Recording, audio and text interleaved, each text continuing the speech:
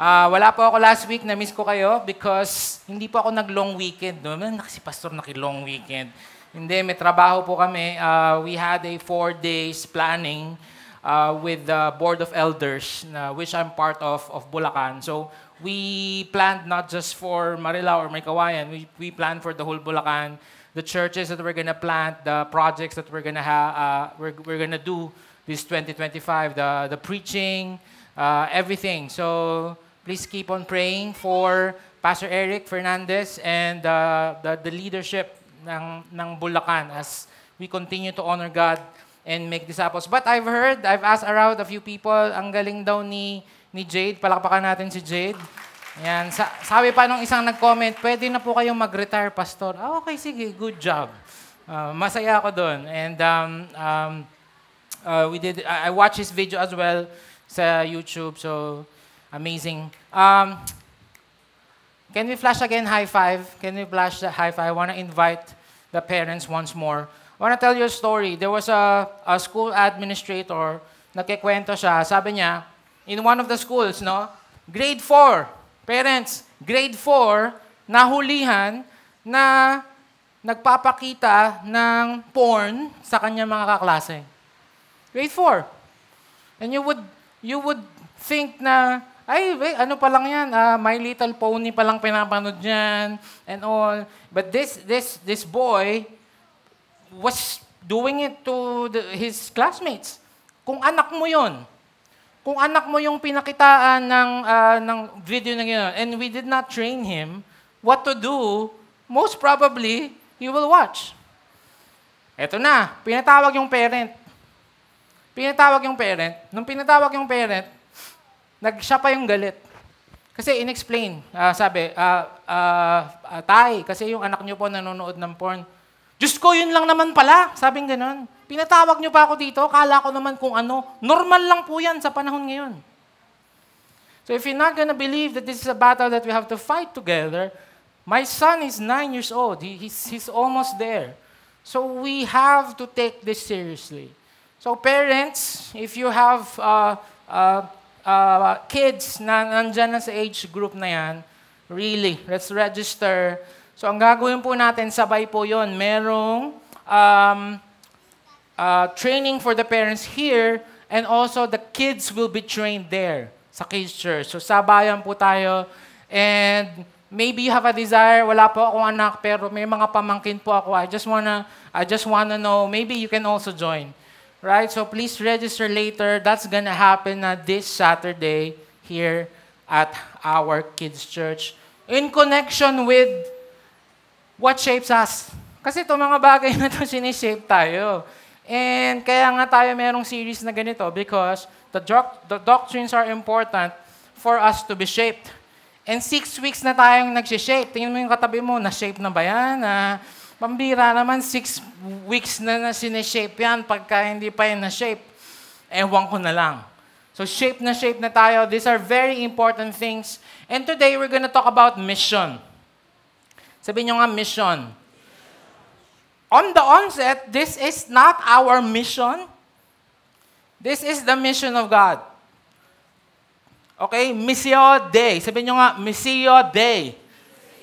The mission of God. This is the mission of God, and we are partaking. Sumasali tayo. At gusto ng Lord na sumali tayo dito sa mission niya. Okay? Because He has a plan. Alright? One of my favorite series, probably the second most favorite series sa Netflix. First ko ay Stranger Things. Okay? Second ay Money Heist. Okay? Sino napanood niyo yung Money Heist? Diba? Kaya ako yan gustong-gusto, kaya namin gusto ni Carmen. By the way, nung pinanood namin yan, hindi namin translate. Hindi natin inime yung audio kasi gusto namin Spanish. Ang ganda, di ba? Senyorita. Mas maganda kasi yon pag nanonood kami ng K-drama din ni Carmen, hindi rin namin pinapalitan. Lalo na yung anime. Ay, grabe. Anime, wag niyong papalitan talaga. As in, hindi talaga pwedeng, yun lang talaga. Iba yung sigaw ng Hapon at Pilipino. Hindi talaga siya maita-translate. So, what I love about the professor is that ang galing niya magplano, di ba? In fact, yung parang first 3 months, nag-aaral lang sila sa school. If you remember the story, nag-aaral lang sila, mukhang boring, pero kailangan maayos yung plano. Right? And hindi natin, wala tayo dun sa planning, nandun tayo sa third party na nanunood. Minsan kala natin huli na, di ba? No, man, huli na. Yung pala, part ng plan. And as we land our series today, i-connect ko doon sa next week nating series. And our next series is our very own Victory Bulacan series. Tayo lang po meron nito, The Master's Plan. Okay, sabihin nyo nga, Master's Plan. It's also a play of words kasi pwede mong sabihin, The Master Plan. Pag sinabi yung Master Plan, ito yung pinakamagandang plano sa lahat. Ang kaibahan lang, boss, yung tayo or si professor, probably may plan A, may plan B, may plan C, may plan E. Diba? Plan A, pagka nangyari to, pwedeng maging ito, plan 1B, plan 1C. Magaling pa rin. Pero si God, walang ganon. Si God, isa lang yung plano. Si God, as He prepares for the Messiah Day, isa lang yung plano. The original plan is the final plan. Wow. Walang iba-iba. And we're gonna talk about that. Ano ba talaga yung heart ng Master sa humanity? So we have 3 weeks. Be fruitful and multiply. Subdue the earth. Have dominion. Kung ikaw ay nag-Victory Bulacan Banquet, that's what we started talking about. The Master's plan. So, again, our Father, si Lord, ay walang ibang plano. Kung paano niya, paano tayo makikirelate at paano i-relate niya sa atin siya. Right? We believe that God's mission is to redeem a people for Himself from every tribe, nation, and language, and to restore creation for His glory. But look, it's not period. Ang plano niya, hindi lang ma-redeem at ma-restore. Merong katuktong. Kasi, sa totoo lang, kung ang goal lang ay maging Kristiyano tayo lahat, edi sana yung Sunday na, sige po, tanggap na po tayo lahat kay Christ, taas po tayo ng kamay, born again na po kayo, okay. Next week, wag na po kayong bumalik. Para isang service na lang, di ba? Kasi, magkita-kita na lang tayo sa langit. Kita na lang po tayo sa langit. Okay na po. Para po isang service na lang. Di na rin po tayo problema sa parking. But that's not the goal. The goal is not just being a Christian. It continues. As the Father loved the world and sent His Son, and the Father and the Son sent the Spirit, the Triune God sends the church into the world to proclaim the gospel, make disciples, and seek God's justice and reconciliation in the world. We're gonna change the world, pre. We're gonna change the world. Maybe we think that when God saved us, tayo na lang, okay? Hindi natin sila bate. No. God will use us. So ulit, no? Tingin kayo dito. Ito, summary ng Messiah Day. The mission of God. Summary ng master plan. Si God, sinend si Jesus at yung Father, sinend yung Spirit, and the Spirit that is within us is empowering us to go to the world. Not just to redeem them, not just to restore them, but to change them. To change them. This is the very first chapter of Genesis. Then God blessed them, and God said to them, be fruitful and multiply. Be fruitful, multiply, magpadami. Sabihin nyo, magpadami. So ito yung master's plan. Magpadami, fill the earth, and subdue, manirahan. Manalang, manahan. Ayan, manahan. And when I say manahan, hindi lang yung literal, tama, nananahan naman po kami dito. Ang address ko naman po ay sa Luisoy. Oo nga, pero wala ka naman pakialam sa nangyayari sa labas. That's not manahan. Right? You're just You're living there, but you're not owning the land. That's the big difference. I'm getting ahead of myself. But yung sabihin ng subdue. Okay? Magpadami, manahan, have dominion, malamahan. Ano?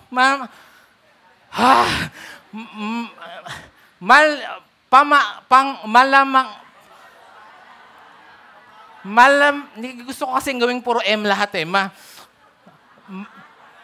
Mamahala. Ayan. Yes. Thank you, Lord.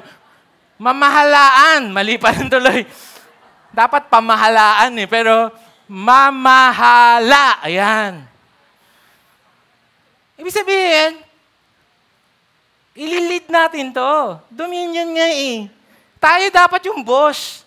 And I'm not saying in authoritarian power, di ba, na parang, oy, kami, no. Ibig sabihin, yung influensya ng simbahan ay sobrang lakas. Pag sinabi ng simbahan na, ayaw namin yan, hindi yan nararapat sa gusto ng Diyos, tama po kayo, ganon. Pero pag tinanong ko sa inyo, sinong may dominion ng City of Mekawayan? Hindi si Lord. So ito yung design ni Lord. And ang umpisa nito, ay redemption. Kailangan mo nang baguhin. Pero pag nabago na, what's next? What's next? Ang goal ay hindi lang tao ay maging Kristiyano. Because 2 times lang minention yung word na Christian sa Bible. 2 beses lang. Okay? Hindi tayo conversion-centered gospel, like what I've told you. Right? Kung yun lang yung goal, wag lang tayong pumunta ng impyerno, pupunta pa kayo dito, wala na nga upuan eh. Di sana, okay na kayo, wag na kayong bumalik, total save naman kayo. Para one service na lang, di pa tayo napapagod. Ang goal ay maging disciples. 296 times minention yung word na disciples sa Bible. Ulit, no? Hindi Christianity lang, hindi lang ma-save, 2 times lang sinabi yon. Yung disciples or discipleship, 296 times. Because that's what God wants. And ang isang disciple ay na-transform. Hindi lang nasi-save. Hindi lang pupunta sa langit someday. No, every day binabago ni Lord. That's why we have to go here every Sunday. Right? Go therefore and make disciples. Not just make converts. Hindi sinabing, go therefore make converts. No. Go therefore make a Christian. Go therefore make them sign something and then if they're born again, they're okay na. No. Disciples of all nations.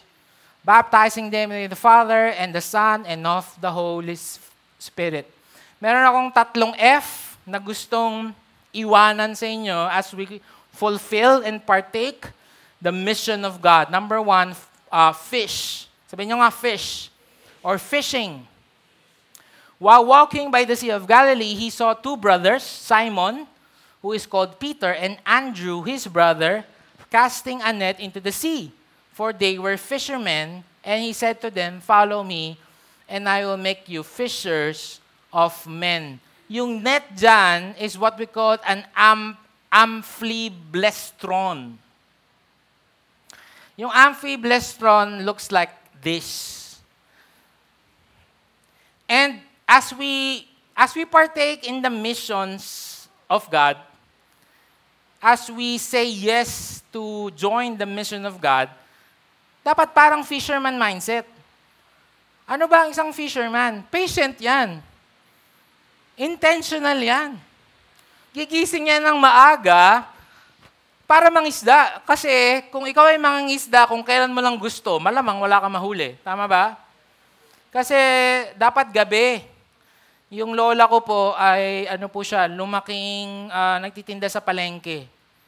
So, from time to time, sinasama niya ako sa Malabon. Aalis kami ng 10 a.m., natutulog kami sa jeep. Tapos, gigising kami na nandun sa Malabon, kumukuha ng mga isda, 1 a.m., 3 a.m., ganyan. Tapos, didiretso sa palengke ng Baliwag. Tapos dahil ang gwapo-gwapo ko, ako yung nandun ako sa tindahan kasi mas marami bumibili sa amin. Right? Nung bata ako doon. Ayan. Intentional. Sa tingin mo, sa tingin nyo ba pupunta yung mga isda doon sa bahay nila Peter? Eto na po kami, pinadala po kami ni Jesus. Kung may ganun, si Nemo yun, nawawala na naman. Have you seen my dad? Nawawala na naman. Pero hindi, we have to go there. We have to be intentional. We have to go there. That's why we have campus missionaries like Rosie and Marloyd and Emily and Ron. Siguro minsan sa mga kwentuhan nyo, ba't kayo ang dami-daming staff ng mga may kawayan? No, parang wala naman silang ginagawa. Kung sakaling kita, gusto mo mag-volunteer sa amin isang linggo para makita mo? In fact, yung mga pinapagawa nga namin sa kanila, on top na of their job Because their job is to be intentional. Ang trabaho talaga nila Emily, nila Ron, ni Badet, ni Rosie, pumunta intentionally sa campus, makipagkilala sa mga isda, sa mga estudyante, at masyera ng gospel. Yun lang sana gagawin nila. Ang daming gagawin. Rosie, pwede bang magturo ka rin sa kids? Emily, pwede bang pakiayos na rin tong event? Intentional. So as we partake in the missions of God, we have to be intentional. Minsan yung isda na nga lumapit sa iyo, pinadala na ng Lord. May problema po ako. Hindi, kaya mo yan, boss. Kaya mo yan. Lumapit na nga sa iyo, hindi mo pa sinira ng gospel. Sinabi na nga sa iyo, may problema siya. Ano po kayang sagot sa problema ko? Siguro, encouragement. Di ba parang, boss, tagal mo na nag-a-attend dito. Intentional. Patient. Sa tingin mo, yung unang hinasik niya tong ampliblestron, puno na kagad? Baka hindi. Pero titigil ba siya? Ay, wala tayong nahuli, uwi na tayo. Teka lang, nakakaisang hasik pa lang tayo dito. Ulitin mo ng ulitin. Dapat persistence. Ulitin mo lang ulitin.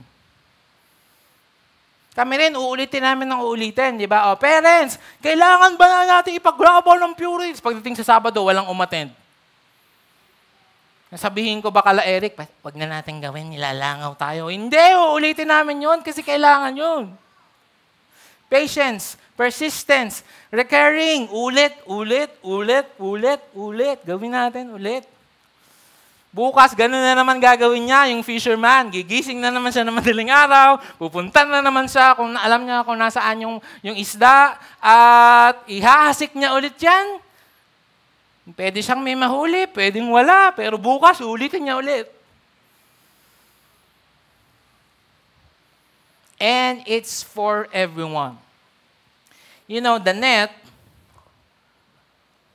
that's why I researched the exact net na ginagamit nila, yung amphiblestrone. It says there that the amphiblestrone, yung holes niya, yung kanyang, sa international, the butas of the net, it's not very big na makakalusot yung masyadong maliliit na mga fish, at it's not very small naman na pwedeng ma-stuck yung fish. It's not very high na yung mga flying fish nakakatakas, and it's not very low na pwede silang pumailalim. It's for everyone. Ibig sabihin, the gospel, the church is for everyone. May nag-comment last week lang yata. Nahihiya daw silang umattend dito sa Victory May Kawayan kasi daw pang mayaman. Hindi nila alam, wala akong pera ngayon. Nakisabay ka nga lang Pre, pasabay naman, wala akong pamusok. Okay? Tingnan mo yung katabi mo, mukha kasing yayamanin yan. Grabe. Sabi ko, hindi po, mukha lang po kaming magaganda at gwapo, pero sa totoo lang po, wala rin po kaming pera. It's for everyone. Sometimes, hindi ka masyadong makahabol dun sa pag-i-English, And I always tell you this, why are we speaking English? Because we are preparing you to go to the missions. We don't want you that the first day that sined namin kayo noon, doon ka palang mag-i-English.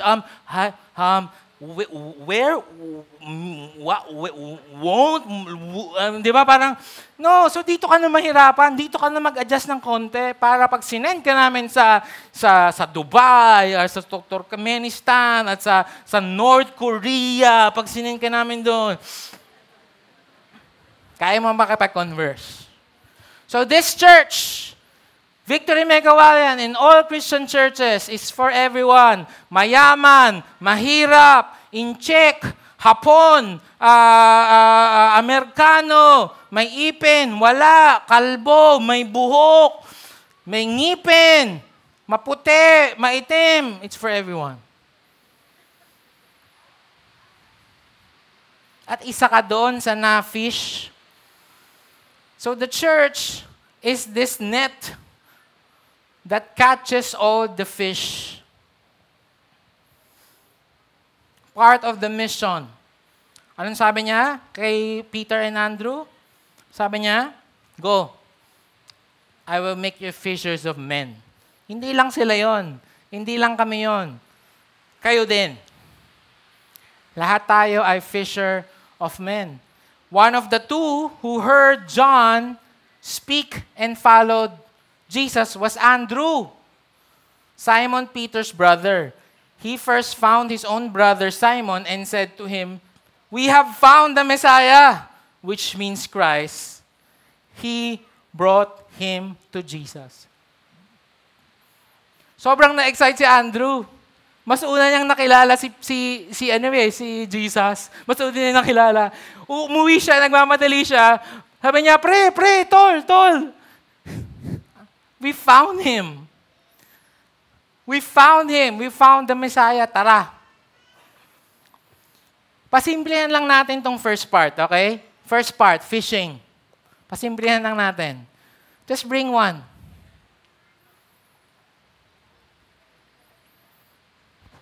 Just bring one. Minsan kasi na masyadong nako-complicate. Ano po yung mga kailangan gawin? Okay, Victory Weekend, then Purple Book, Leadership 113. Kailangan natin yun. Pero pinaka-simplified version for us to fish, just continue to bring one. Remember, we had a Sunday that there's a Bring One Sunday, right? Just bring one. Minsan nga, hindi mo na kailangan mag-preach ng gospel eh. Invite mo lang dito. Natutuwa ako kasi marami kaming kabasketball dito. Nagsasacrifice ako sa basketball. Alam niya, wala akong kahilig-hilig dyan. Pero yung ang dami na naming nasasama na kabasketball namin dito. Kahit mga lalakas magmura yun dun. Pero pag dito, di nagmumuna yun. Dinadala lang namin, invite lang namin. Pre, attend ka ng church. Try mo lang. Fish. Number 2. Fruit. But this my Father is glorified that you bear much fruit, and so prove to be my disciples. So first part in the mission of God is fishing. The next part is that fish that was caught will produce fruit. Paano daw malalaman na kung ang isang disciple ay disciple? Pag nagpo-produce ng fruit. Hindi dahil naka-Christian t-shirt yan, Christian na yan. Okay? Yung kotse mo, meron pang Jesus is my master. Ang galing mo namang mangat sa NLEX. Hindi dun yan. Sa fruit. Sa fruit, manggagaling yan. 7 times minention in the book of John, in John 15. 7 times. Karpos, which means product, result, or outcome of something. Fruit. Okay, ano ba yung mga nag-go-grow sa buhay natin as we are being discipled? Number 1, fruit of the Spirit. Galatians 5:22-23. Right? love, joy, peace, patience, kindness, gentleness, goodness, self-control. Now, kung kahapon ka lang naging Christian, sige. Sige. It will take time. Pero kung 10 years ka na nag-a-attend dito, tapos ganun ka pa rin kasungit, di ba, inaaway mo yung mga usher namin, okay, ganun ka pa din kadamot, ganun ka pa din basta hindi kita papatawarin kita pag puti na ang utak, ang uwak, di ba, parang, grabe naman, di ba, Christian pa naman ito, Fruit of the Spirit. Number 2, good works. Bearing fruit in every good work. Sabi ng Colossians 1:23. And we talked about this, right? We talked about salvation. Good works will not produce salvation. But when you are really saved, you will produce good works. Matulungin ka ba? Nung time ba na nagbabaha, tapos yung kapitbahay mo, mukhang nalulunod na kasi, hello, sis, kamusta ka dyan? Nalulunod na po ako. Nalulunod na po ako. Sige, pagpe-pray kita, sis. Huh? Ba't di mo tinulungan? Good works. Nai-involve tayo at tumutulong tayo sa community, tumutulong tayo sa church, nagsiserve tayo in all of that. Good works. Number 3, sacrifice of praise. I love this. Okay? Offer the sacrifice of praise to God. That is the fruit of our lips, giving thanks to His name. Okay? Ito, gusto ko tong mag-spend time a little bit. Ang isang proof daw na tayo binago na ni Lord, nababago daw yung ating lips. Yung lips daw natin ay nagta-transform, di ba sabi ng Bible? Giving thanks in every opportunity. Kamusta ka ba? Baka naman, paggising mo pa lang, hay, ito na naman tayo sa walang kwentang buhay na to. Buwisit ng umaga. Grabe naman. Huh? No, you give thanks in every opportunity. Thank you, Lord. This is a difficult. By the way, I'm not just saying na maging Christian is yung language, no? And minsan kasi lang parang mannerism, expression na lang din nilapatid na, "Hi, praise the Lord." Di ba? Parang hallelujah naman talaga. Baka pinalitan mo lang yung mga PI mo ng, "Hi, hallelujah, hallelujah." Parang ganoon, di ba? Parang ngayon, kung totoo naman sa puso mo, okay naman. Pero I'm just saying, baka naman expression na lang yan or mannerism na lang yan. Pero sana yung taos puso na, Lord, ang hirap-hirap po ng dinadaanan ko, but I praise you. You give, you take away. Blessed be the name of the Lord. Yung ganun. Di ba? Sacrifice of praise. Every time you open your mouth, you praise the Lord. You thank the Lord. That's a fruit daw of our lips. I love that. Number 4, like a tree producing life. The fruit of the righteous is a tree of life, and he who wins souls is wise. Pagka ikaw ba ay nakakatabi ng mga tao, para ka bang tree na nagpo-produce ng life? O pagpasok mo pa lang sa room, hello, ayun na yung boss nating Kristiyano, Negatron yan. Sasabihin na naman lahat ng mga pangit na ginawa natin. O yung mga tao, yung gustong-gusto kang kausap, sabi, hello po, kamusta po kayo? Kasi you're a tree producing life eh. You know, I've seen the butterflies and the unicorns today. It's lovely. Ganon. Like a tree producing life. Winning others to Christ. Romans 1 verse 3, now I don't want you to be unaware, brethren, that I often plan to come to you, but was hindered until now, that I might have some fruit among you. So yung fruit na sinasabi, sabi ni Jesus kanina, yung binasa natin, if they will produce fruit, they will prove to be my disciples. So, yung 1, 2, 3, 4, 5, nakikita natin yan sana sa buhay natin. At also, we are sharing the gospel, fishing, like what I've said kanina. And number 6, harvest. The one reaping the harvest is gathering fruit for eternal life. Diba pagka, sino dito may favorite kang food? Taas kamay? Hindi ba wala kayong preference? Kahit papel lang po, pastor. Ayan. Hindi kita taas kamay. Sino may favorite kang food? Taas kamay? Ayan. So, hindi ba wala talaga? Bahala kayo. Hindi namin kayo invite sa Christmas party. Di ba pag meron kang favorite na food, you just can't stop going back to it. You just can't stop eating at that. Okay? The other day, or a month ago yata, nag-hotpot kami ng mga staff. So, sobrang na-enjoy ko talaga. And I cannot wait to share to my wife. Sabi ko, love, punta tayo doon kasi ang sarap. Ganon din yung Christianity. Ganon din yung eating the fruit. Taste and see that the Lord is good. Right? That we enjoy it, you enjoy it, and also you want to share it to other people. Because na-enjoy nyo together. And yun nga, yung kapag lumapit sa'yo, ang sarap-sarap mong kausap, na-encourage sila, there's so much hope, and there's so much joy, and you're kind.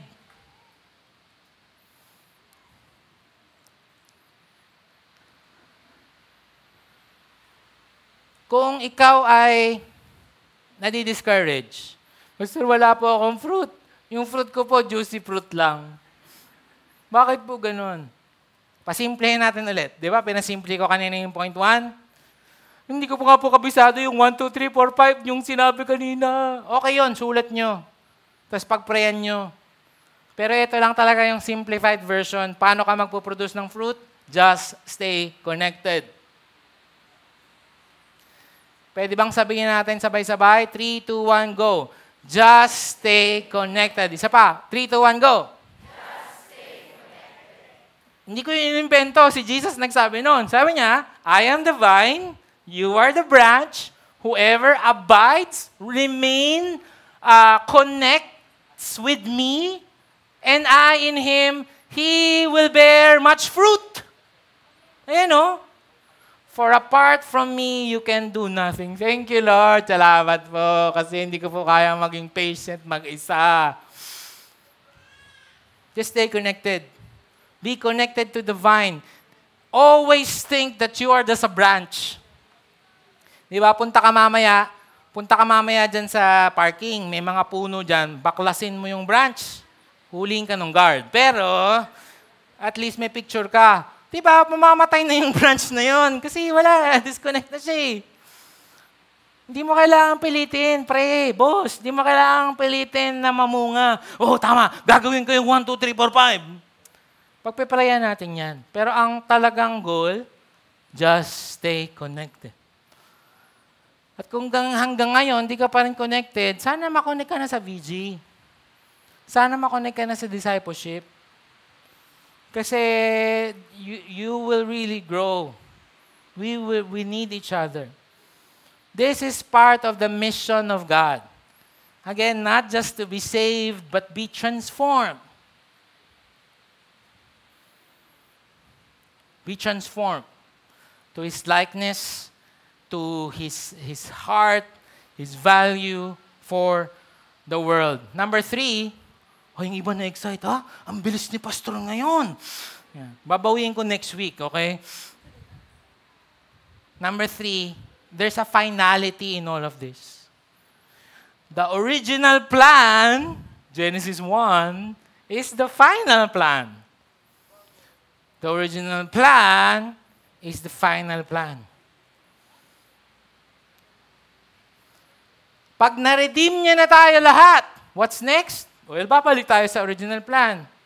Be fruitful, multiply. Ito na naman tayo. Magpadami, fill the earth and subdue, manirahan, manahan. And again, I'm not just talking about a physical address. Let's own the land. Bulacan, sa amin to. Binigay mo sa amin to. May kawayan sa amin to, Lord. Iingatan namin to. Thank you, Lord.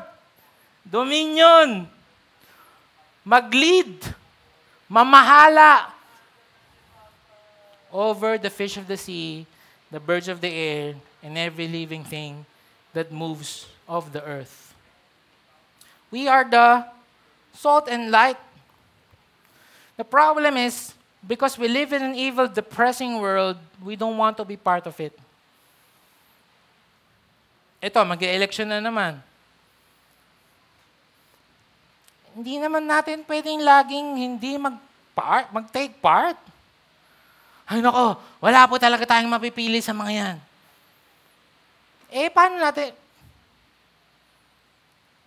Paano nga tayo mapipili kung hindi naman natin sila dinidisciple? Hindi na sila pinagpipray, hindi na sila pinupuntahan, hindi na sila share.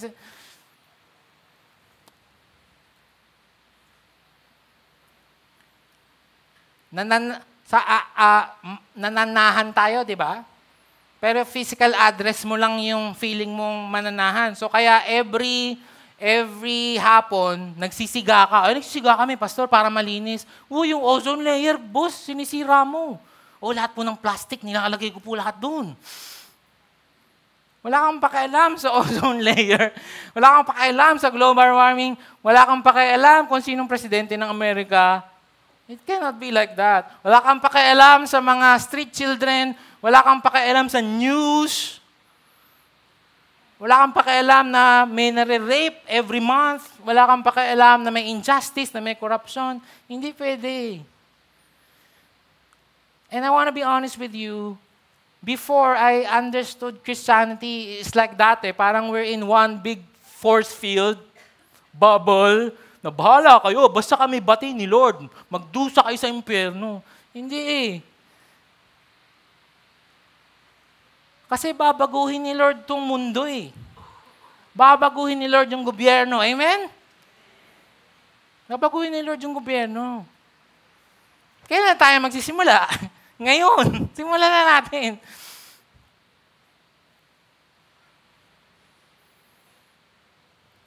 I was talking to one of our leaders who is a kapitan sa barangay here.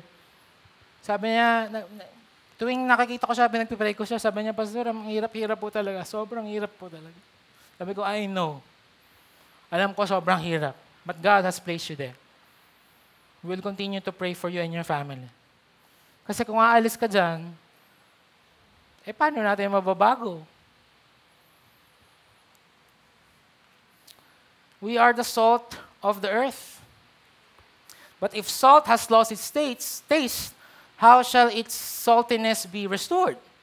It's no longer good for anything except to be thrown out and trampled under people's feet. Okay? Amin mo yung katabi mo, tingnan mo kung maalat pa yan. Hopefully, maalat pa yan. Kasi pag hindi na raw maalat yan, tatapon na daw yan. Okay, hindi tayo itatapon.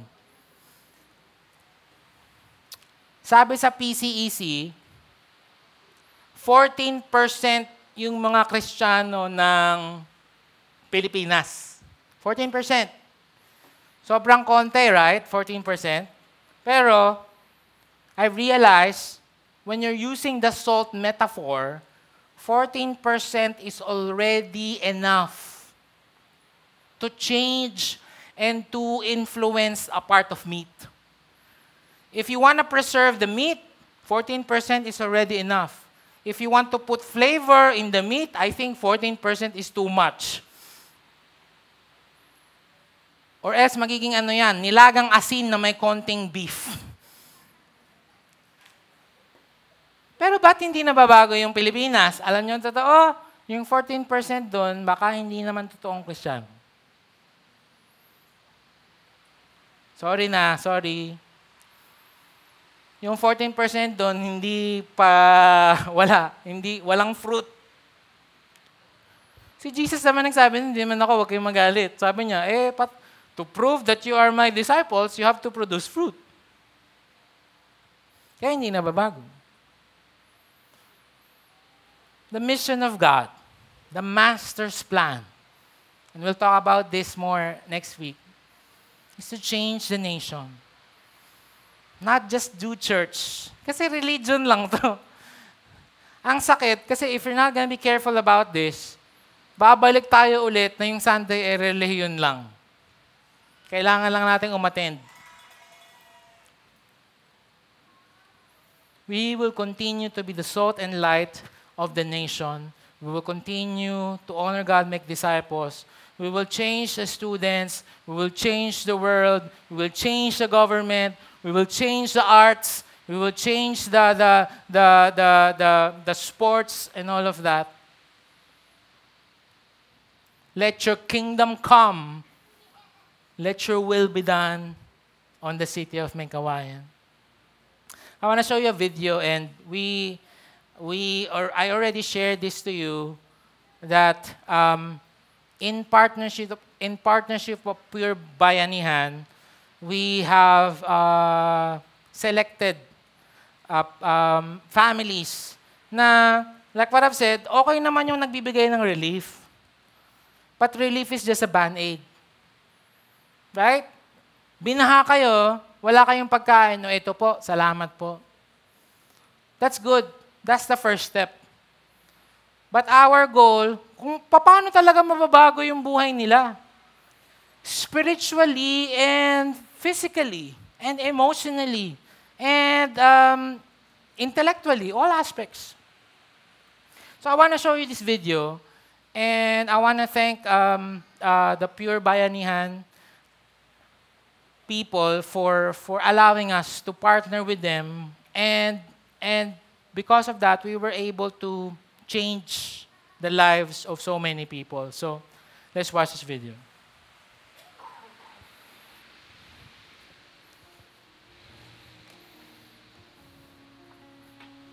Dati na rin po kami nangungupahan, kaya lang hindi po kinaya kasi nga po sa mga nangyaring expenses, sunod-sunod. Nag-decide po kami bumalik dito kahit na mahirap yung buhay dito. Nandun yung kaba, kaya lang kasi kailangan namin tanggapin na hindi po sa amin tong lugar. Discipleship is unang pag-asa. Discipleship yung kailangan para yung relationship din, unang-una sa bawat isa. Tapos yung tinuturo namin sa kanila doon, yung relationship, syempre kay Jesus. Kasi siya naman yung kukunan natin ng pag-asa. Yung pag-asa natin lagi nasa Kanya. Tapos yan nga, yung proyekto din ito na binigay ng Pure Bayanihan, isa to sa makapagbibigay din ng pag-asa sa kanila para magkaroon ng pinansyal na makakatulong sa kanila na magagamit nila pang araw-araw. Na-witness ko na kung gaano kabilis dumami yung mga tao doon sa lugar na yon. Dahil kadalasan sa kanila, community kung saan may mga pinanggalingan ding lugar na napaalis or sabihin na po natin nanirahan din sila ng mga hindi talaga sa kanila pagmamay-aring lupain. So, nung nailipat sila doon, nag-start na from 1 hanggang nanganak ng nanganak hanggang dumami sila doon. Dahil nga po, wala din silang mga kakayahang makakuha ng magandang trabaho, nag-start sila sa pagko-construction, and yan yung nag-accept sila ng mga on-call lang. Sabihin po natin na hindi talaga nasa minimum wage.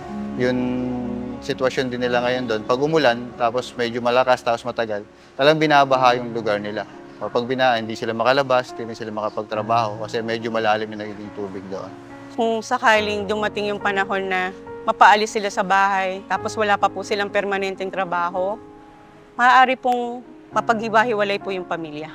Ako po pala si Joyce Balobal Cañendo. May ka-live-in partner po ako, tapos may isa po akong anak. Ang pinagkakahanap buhay po namin as no po. Part-time po ako, on-call na masahista po. Tapos yung kinakasama ko naman po is janitor po. Sa ngayon po, ako po ay nagluluto, nagbe-bake po, naggagawa ng mga kakanin po. May mga pagkakataon po talaga na mas madalas hindi talaga sumasapat. Ito po, hindi po siya sa amin. Nakikitira lang po kami. Pero ngayon po, anytime, pwede na po kami ma-demolish. Dapat po sana pang bayad namin sa hulugang lupa. Kasi gusto na rin po namin talagang makaalis dito kasi sobrang hirap ng buhay kada uulan, baha. Wala po kaming ibang choice. Kailangan namin isantabi muna yung pagbabayad sana ng lupa na yun para maoperahan po yung anak ko. Karaniwan naman naging hamon nila is yung pangailangang pinansyal dahil din sa kakulangan ng pagkakakitaan. Isang kahig isang tuka na sinasabi natin na pag hindi sila nagtrabaho, wala silang panggasto sa pang-araw-araw. May isa po akong anak, 12 years old, may autism po siya. Yung asawa ko po yung nag-aalaga po sa anak ko. Ako naman po yung nagtatrabaho. Di po siya nakapag-therapy ngayon kasi mahal po talaga. Piece rate po kasi ako, hindi po ako daily rate sa trabaho ko. Medyo nag-struggle pag walang gawa talaga. Wala po ako ngayong hanap buhay. Para po sa akin, yung financial po talaga ang hamon na dumarating pagkagising po sa umaga kung saan po ko kukuha ng baon ng mga anak ko, ng pamasahe ng asawa ko pang papasok sa trabaho. Nagtatrabaho po ako. Uwian lang. Kasi matagal po yung sahod ng asawa ko. Kaya po papasok po ako para may makukuha ko pang araw-araw namin. Ngayon po, ang trabaho ko po ay mahigit na 15 taon na. Tinda po ako ng balot. Nung una po ay talagang sapat. Ngayon po, medyo may edad na ako. Hindi ko na kaya yung pang-araw-araw na yung 1 month, isang beses lang ako papahinga. Kaya po parang hindi na nasasapat. Nung nilaman namin tong project na to, sobrang hindi kami makapaniwala. May purpose po ang Panginoon talaga kung bakit kami yung napili na mabiyayaan ng Pure Bayanihan. Yun po, sobrang napaka-importante po ng ginawa po itong partnership po ng Pure Bayanihan at ang Victory May Kawayan. Ang main goal din po talaga namin to, maturuan din sila kung paano nila alagaan yung puhunan na ipinagkatiwala din po sa kanila. Sobra pong saya ko dahil po malaking tulong po to para sa pamilya ko at makakatulong na rin po ako sa asawa ko. Sobrang thankful lang ako kasi yung siya talaga, answered prayer. Pero sobra-sobra pa ibinigay niya kasi talagang binigay niya ng libre. Malaki pong bagay sa akin po yun. Kasi hindi na ako makakatulong. Kikita po ako. Oh, I'm happy! Dahil isa ako sa napili. Ay, inanaw po ako na isang card na kompleto na po. Ang tulong kabuhayan po ba talaga? Yun po talaga ang dream ko. Ngayon, malaking natuwa po ako talaga. Halos na lang tumalon ako sa sobrang tuwa. Yung ginawa po talaga ng Pure Bayanihan, napakalaking tulong po talaga ito sa kanila. Yung mabigyan talaga sila ng magandang hanap buhay, napakalaking bagay na po kasi yun na pagbibigay ng pag-asa po, malaking pag-asa sa kanila. At doon ko po nakikita ang Bayanihan spirit. Maraming salamat, Victory May Kawayan and Pure Bayanihan!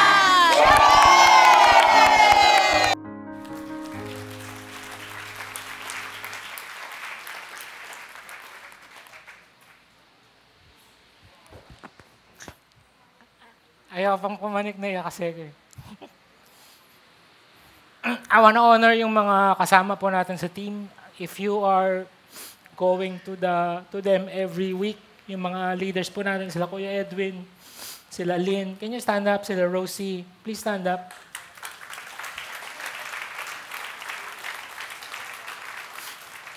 Parang wala naman tumayo Wala yata sila nandun pa rin po sila. Ayan si Ate Beth. Thank you so much. Kung di natin sila pupuntahan, sino pupunta sa kanila? Totoo naman trabaho sana ng gobyerno yan. Trabaho sana nila yan. But that's why we're here. That's why the church is here. Right? Not just to stay here in this very comfortable building, may aircon, may LED. No. You have to preach the gospel to them so that our lives will be transformed. That's just one part. Ang dami pa pong part ng city na babaguhin ni Lord. And sabi doon sa verse, ang pinakadulo po nito is, sabi doon sa Revelation chapter 7, sa slide ko ulit, after this I look, and I see before me people in every tribe, nation, language, No one could count, from every nation, tribe, people, language, standing before the throne and before the Lamb. They were wearing white robes, and we were holding palm branches in their hands. And they cried out in a loud voice, "Salvation belongs to our God, who sits on the throne, and to the Lamb." This is the finality. The original plan is the final plan. Ang pinakadulo po nito is this. Lahat tayo, sama-sama. Right? Mahirap, mayaman, bata, estudyante, senior, Amerikano, Chinese, Indonesian, taga Bicol, taga Luzon, lahat tayo mag-worship. So I encourage you, church, let's continue to fish. Let's ask the Lord that the Lord will produce fruit in us. I hope that it's not gonna be like a religion lang to us. It will change. Every knee will bow, every tongue will confess that Jesus Christ is Lord. Sabi ni John Piper, missions is not the ultimate goal. Wow. Of the church. Worship is. Missions exist because worship doesn't. Wow. Ang goal talaga is that every lips will praise the Lord. Every tongue will confess that Jesus is Lord, so that they will worship. That's why we have missions right now. Parang mission impossible, di ba? May problema kaya may mission. Pero pagdating natin sa langit, wala nang mission. Tapos na kasi. Tapos na yung Messiah Day. It has been fulfilled. The Master's plan and the Master plan is already accomplished. The ultimate goal is that every tongue will worship the Lord. Amen? And we will start it now. We will worship the Lord. Tayo. Lord, thank you. Baguhin mo yung puso namin. From a very selfish perspective that just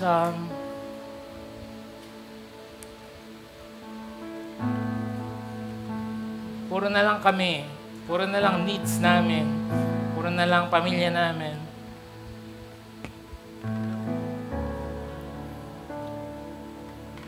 I pray today you cause our heart to join in your mission to redeem the world.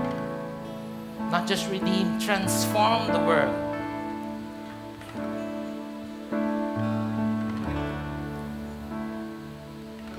Fight against corruption, fight against injustice.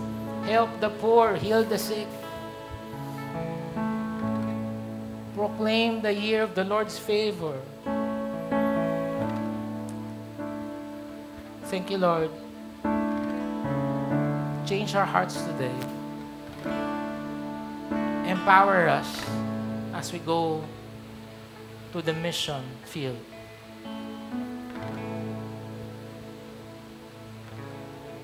Give us boldness, Lord, to fish. I pray maging intentional kami. I pray maging patient kami. I pray maging persistent kami. I pray maging paulit-ulitin namin itong gawin because they need to hear the word of God.